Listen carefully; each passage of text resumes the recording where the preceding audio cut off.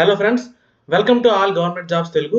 ఈరోజు మరొక government job నోటిఫికేషన్తో మీ ముందుకు వచ్చానండి. ఎక్కడి నుంచి అంటే national capital region planning board అండి. ఇక్కడ నుంచి మనకు ఒక నోటిఫికేషన్ రిలీజ్ అయింది. ఇవన్నీ కూడా పర్మనెంట్ గవర్నమెంట్ జాబ్ వేకెన్సీస్ అండి. సో ఎలిజిబిలిటీ ఉన్న ప్రతి ఒక్కరు కూడా డెఫినెట్గా యూటిలైజ్ చేసుకోండి.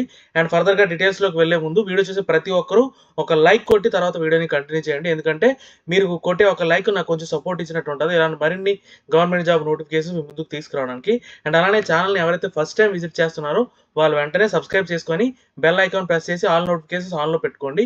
ఎందుకంటే మన ఛానల్ నుంచి రెగ్యులర్గా గవర్నమెంట్ జాబ్ అప్డేట్స్ అన్ని కూడా వస్తాయి. అన్ని కూడా పర్మనెంట్ గవర్నమెంట్ జాబ్ వేకెన్సీసే.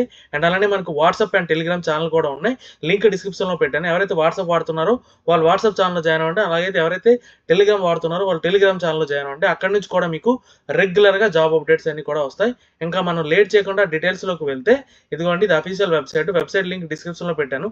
దానిపై క్లిక్ చేసి మీరు డైరెక్ట్గా ఈ పేజ్లోకి వచ్చి అండ్ ఇక్కడికి వచ్చిన తర్వాత వాట్స్ న్యూ అని ఉంది కదా, దానిలో స్క్రోల్ అవుతుంటుంది అనమాట నోటిఫికేషన్ అనేది. దానిపైన క్లిక్ చేస్తే మీకు ఇదిగోండి నోటిఫికేషన్ అనేది ఇలా ఓపెన్ అవుతుంది. ఇక్కడ చూసుకుంటే national capital region planning board అనమాట. ఇక్కడ నుంచి మనకి అన్ని కూడా డైరెక్ట్ రిక్రూట్మెంట్ బేస్లోనే వేకెన్సీ అని రిలీజ్ అయ్యి ఇక్కడ చూసుకుంటే మీకు ఇదిగోండి స్టెనోగ్రాఫర్ గ్రేడ్ సి ఒకటి, స్టెనోగ్రాఫర్ గ్రేడ్ డి ఒకటి, అలానే మల్టీ టాస్కింగ్ స్టాఫ్ ఒకటి, ఈ 3 కేటగిరీ పొజిషన్కి వేకెన్సీస్ రిలీజ్ అయ్యాయి. అన్ని కూడా డైరెక్ట్ రిక్రూట్మెంట్ బేస్లో రిలీజ్ అయిన వేకెన్సీస్, అన్ని కూడా permanent government job vacancies. So డెఫినెట్గా ఎలిజిబిలిటీ ఉన్న ప్రతి ఒక్కరు యూటిలైజ్ చేసుకోండి. అండ్ నెక్స్ట్ చూసుకుంటే దీనికి కావాల్సిన పే లెవెల్ చూసారా, ఈ స్టెనోగ్రాఫర్ గ్రేడ్ సి అయితే 44,900 నుంచి 1,42,400, అంటే ఈజీగా మీకు 70 నుంచి 80,000 వరకు శాలరీ అనేది ఉంటుంది. ఓకే, అలాగే స్టెనోగ్రాఫర్ గ్రేడ్ డి చూసుకుంటే ఇది లెవెల్ 4 అండి. 25,500 నుంచి 81,100, అంటే ఇది కూడా మీకు ఈజీగా 50,000 అబౌవ్ ఉంటుంది salary. Okay, and next position multi tasking staff, ఇది చూసుకుంటే ఇవి కూడా డైరెక్ట్ రిక్రూట్మెంట్ బేస్ అండి. అండ్ ఇక్కడ పే లెవెల్ 1 ఇక్కడ చూసుకుంటే 18,000 నుంచి 56,900, ఇది కూడా మీకు ఈజీగా 35 నుంచి 40,000 వరకు శాలరీ అనేది ఉంటుంది అనమాట. ఓకే, అండ్ ఇక్కడ ఇంకొక ఇంపార్టెంట్ పాయింట్ ఏంటంటే క్వాలిఫికేషన్ డీటెయిల్స్ అండి. ఈ క్వాలిఫికేషన్ డీటెయిల్స్ చూసుకుంటే స్టెనోగ్రాఫర్ గ్రేడ్ సికి అయితే ఎలిజిబిలిటీ క్రైటీరియా చూస్తే మనకి ఏజ్ అనేది 28 ఇయర్స్ ఉండాలి మ్యాక్సిమం ఏజ్ రిలాక్సేషన్ కూడా ఉంది. ఆ డీటెయిల్స్ కూడా చూద్దాం. అండ్ ఫర్దర్గా మీకు ఎడ్యుకేషన్ క్వాలిఫికేషన్ చూసుకుంటే graduation with speed of 120 words per minute, అంటే మీకు షార్ట్ హ్యాండ్ టైపింగ్ స్పీడ్ ఉండాలన్నమాట. ఓకేనా, ఉంటేనే మీరు అప్లై చేయడానికి అవుతుంది అనమాట. ఓకే, అండ్ ఫర్దర్గా చూసుకుంటే మీకు నెక్స్ట్ కేటగిరీ పొజిషన్ అండి. నెక్స్ట్ కేటగిరీ పొజిషన్ చూసుకుంటే స్టెనోగ్రాఫర్ గ్రేడ్ డి, దీనికి కూడా సేమ్ అండి. ఏజ్ అనేది 28 ఇయర్స్ లోపు ఉండాలి అండ్ ఏజ్ రిలాక్సేషన్ కూడా ఉంది.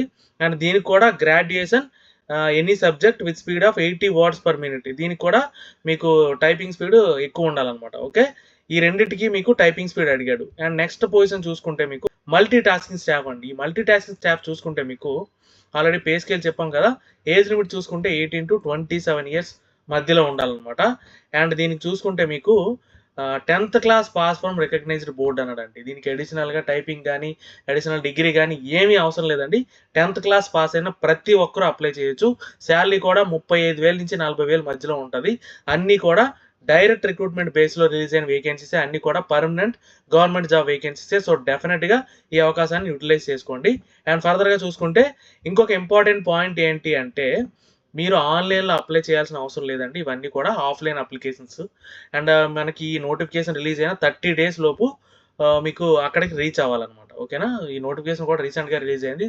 సో నెక్స్ట్ మంత్ 15-20 వరకు మీకు డేట్ అనేది ఉంటుంది అనమాట.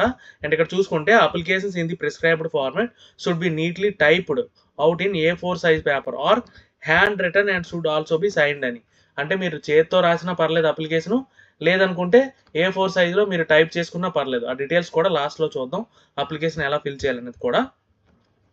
అండ్ నెక్స్ట్ చూసుకుంటే selection will be made on base of the written examination, అలాగే స్కిల్ టెస్ట్ కూడా ఉంటుంది. ఓకేనా, టైపింగ్ నాలెడ్జ్ ఎవరికైతే అడిగాడో వాళ్ళకి స్కిల్ టెస్ట్ ఉంటుంది. బట్ మల్టీ టాస్కింగ్ స్టాఫ్ మాత్రం మీకు స్కిల్ టెస్ట్ ఏమీ ఉండదు అనమాట.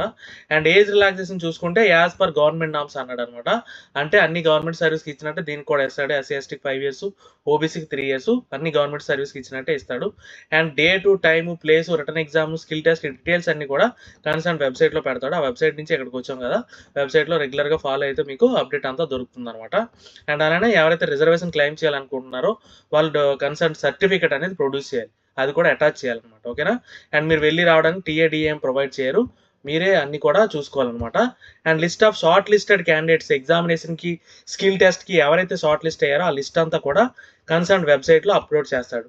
అండ్ ఫర్దర్గా చూసుకుంటే అప్లికేషన్ ఫీజు అండి. అప్లికేషన్ ఫీజు చూసుకుంటే మీకు 100 రూపీస్ ఐపీఓ కానీ, డిమాండ్ డ్రాఫ్ట్ డీడీ కానీ తీయాలన్నమాట.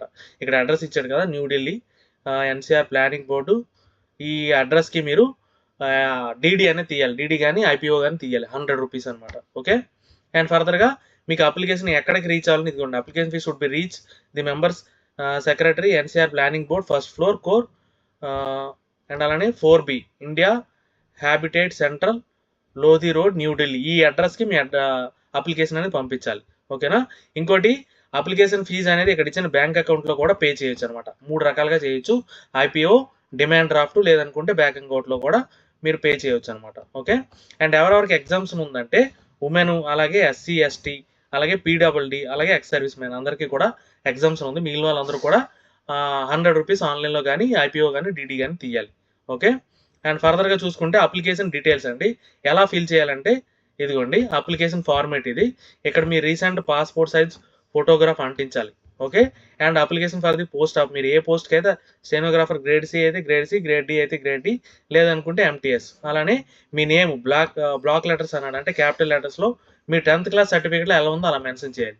అలానే మీ ఫాదర్ నేము, మీ డేట్ ఆఫ్ బర్త్ ఇవన్నీ కూడా మీ 10th సర్టిఫికేట్లో ఎలా ఉందో అలానే మెన్షన్ చేయాలి.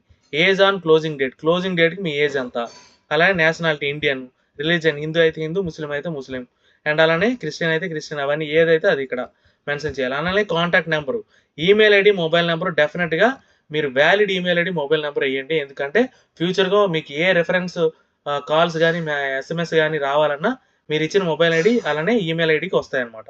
ఓకే. అలానే కేటగిరీ ఎస్సీ ఎస్టీ ఓబీసీ ఏదైతే అది ఇక్కడ మెన్షన్ చేయాలి. మీ కరస్పాండెన్స్ అడ్రస్, అలాగే మీ పర్మనెంట్ అడ్రస్, ఈ డీటెయిల్స్ అన్నీ రాసి అండ్ అలానే ఎడ్యుకేషన్ క్వాలిఫికేషన్స్ 10th ఆన్వర్డ్స్ అన్నీ కూడా రాయాలి. ఓకే. అండ్ ఫర్దర్గా చూసుకుంటే ఎక్స్పీరియన్స్ ఉంటే అది మెన్షన్ చేయొచ్చు, లేదనుకుంటే లేదు.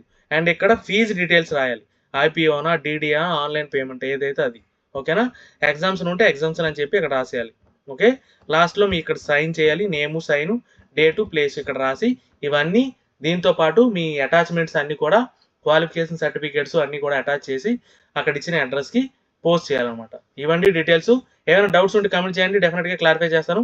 వీడియో నచ్చితే లైక్ చేయండి, మీ ఫ్రెండ్స్కి షేర్ చేయండి, ఛానల్ని సబ్స్క్రైబ్ చేయడం మర్చిపోకండి. Thank you so much.